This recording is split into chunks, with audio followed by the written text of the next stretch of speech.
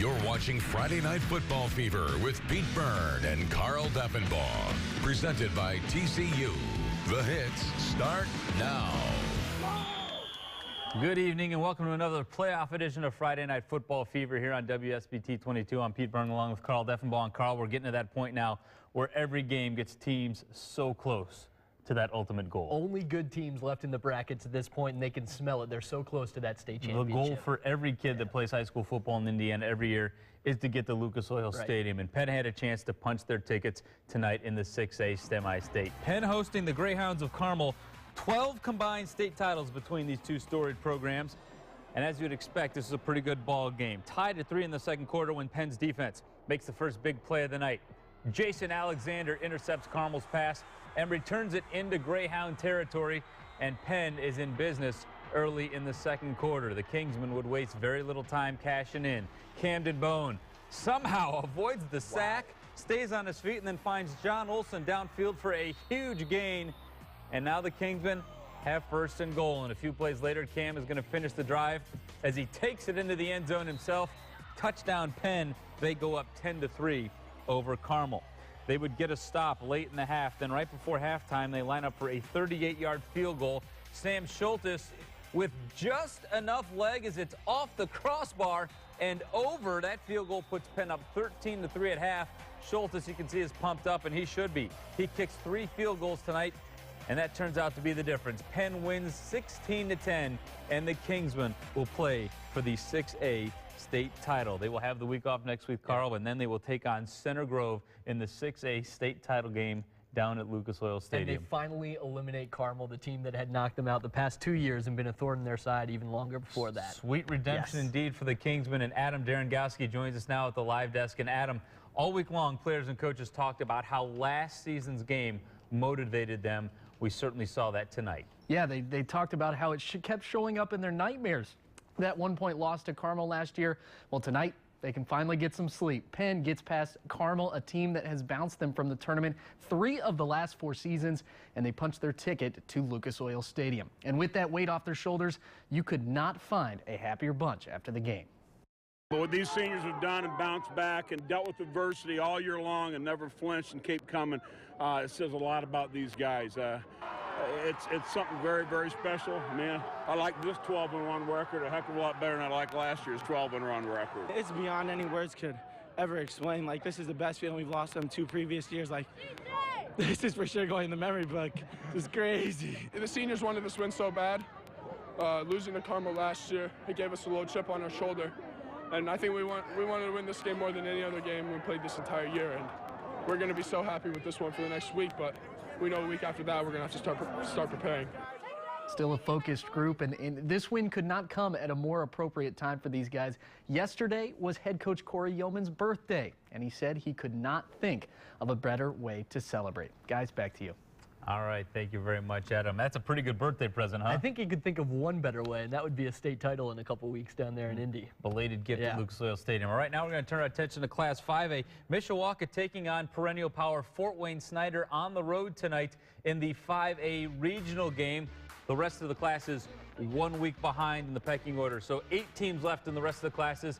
Snyder, a great team, and they strike first. Isaac Stiebling, excellent quarterback, going to play at Eastern Michigan University, finds David Turner for the touchdown. Snyder goes up 7-0 after 1 quarter.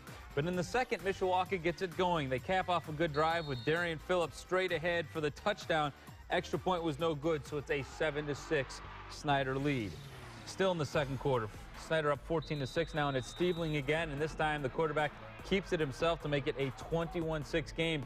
Mishawaka in some trouble, but not backing down. We don't see him pass very often, but sure works here. Phillips to Vernon Daniels, who finds the goal line, and it's a touchdown. That makes it 21-12, but Mishawaka can never totally erase that deficit. Snyder wins 42-32.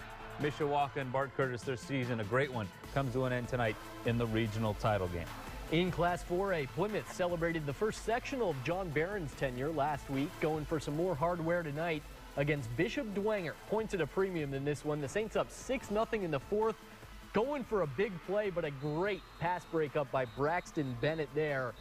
keeps things close for the Rockies. They're punting now, but Dwenger blocked it. Should have been a walk-in touchdown, but they never secured the ball. It's out the back of the end zone for a safety. That's important. It stays a one-possession game, 8-0. The Saints have 4th down from the 6-yard line. They go for it instead of kick the short field goal, and it's incomplete. So again, Plymouth still has hope, down 1 score, but now down to their final shot. 4th and long with 2 minutes to go, and Jack Barron's pass tipped, incomplete. Dwenger wins the regional 8-zip, and what has been a trying season in Plymouth finally does come to an end. Meanwhile, a shocker out west. South Bend St. Joe hands undefeated top-ranked Lowell its first loss of the year, 7-6.